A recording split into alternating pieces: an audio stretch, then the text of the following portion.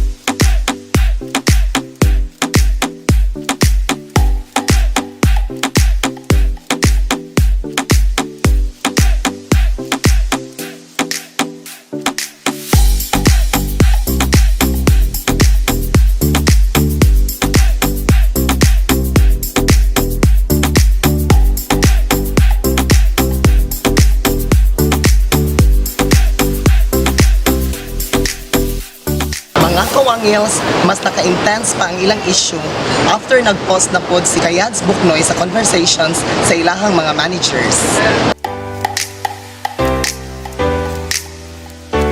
Og matod pa ni Yads Buknoy, O ayan, ayaw mong tumigil? Ano, edited pa rin ba? Gusto mo pa-authenticate pa sa Twitter yan? Sino gusto makipag-collab? Hope to see me soon? Okay tayo? Ang plastic mong bakla. Manager ko gusto pagbatiin na tayo. Sabi ko okay lang sa akin. Anong sabi ng kampo mo? Wag daw. I have proof. Bakit hindi yung edited pinakita mo? 'Di ba? Ito yung nakarating sa dati mong manager na si @ina Magenda. Ayoko na lang mag-talk.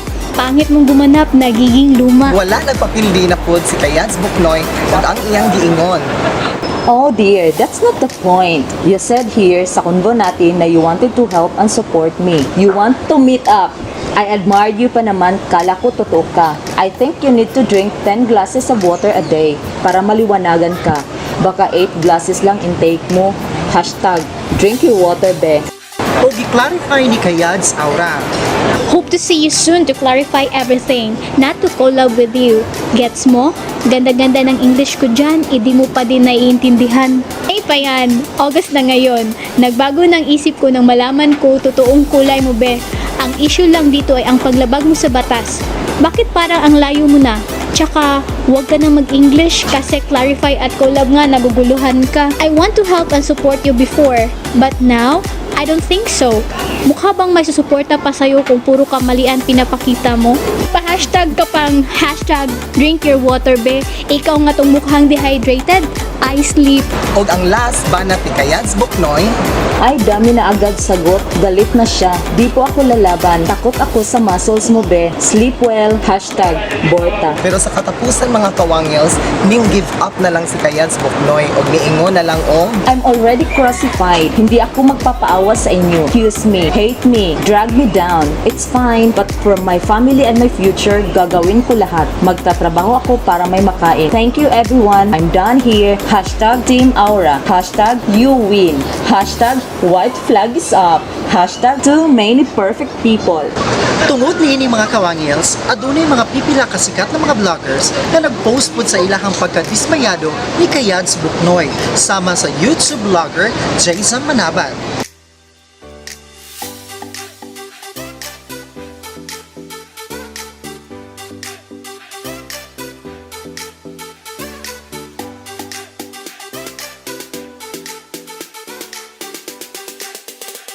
og sa post ni Vlogger Sevi.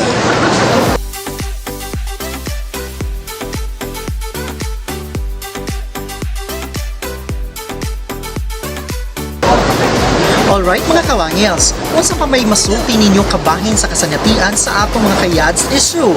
Are you Team Awra or Team Buknoy? Just comment below. Mga Kawangils, kung aduna mo'y mga comments, suggestions, or shoutout, feel free to contact or message us to our official Facebook page or mag-comment lang mo down YouTube description box kay amo ng basahon tagsa-tagsa. Kung ganahan po mo share sa inyong mga kasinatian, kabahin sa inyong problema or kalipay sa inyong kinabuhi, i-email lang diri ka namo lingaw-lingaw@gmail.com aron among basahon sa sunod namo na segment. In behalf sa LSMY TV, we would like to say thank you so much to Astoria's Beach House by Blessful Creation. Owned and managed by Sir John Carl and Sir Christopher, ang duha ka mga kugihan o very accommodating sa mga Daghang salamat kaninyo sir, na enjoy gid namo ang inyong maanindot na lugar. Yes, it's true. So, sa katong wala pa kanakanhi, arena para malingaw o marelax sa mo parehan namo.